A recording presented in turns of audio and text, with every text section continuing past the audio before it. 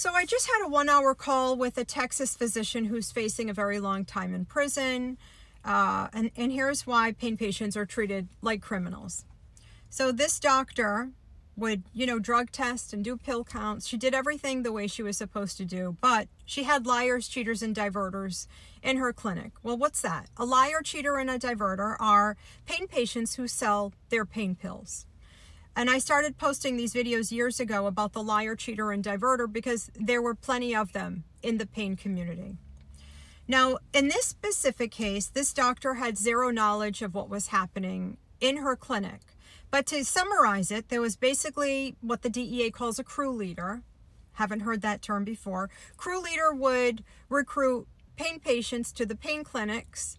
The doctor would prescribe the pain medication, but the doctor had the patient's previous medical history, and the doctor could see that the patient was previously prescribed pain medication. So the pain patient checked out, and the doctor did what she thought was the right thing.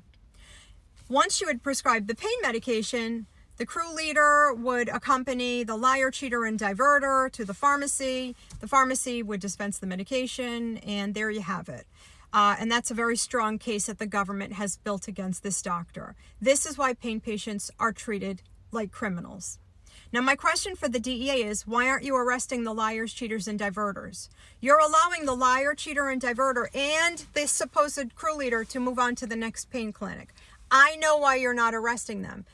Because you were able to seize this doctor's assets, her properties, $8 million, and now you're going to allow these liars, cheaters, and diverters to go on to the next pain clinic in the Houston area. And now you're going to be able to build another case because you're watching those patients on the PDMP. Why not arrest the patients?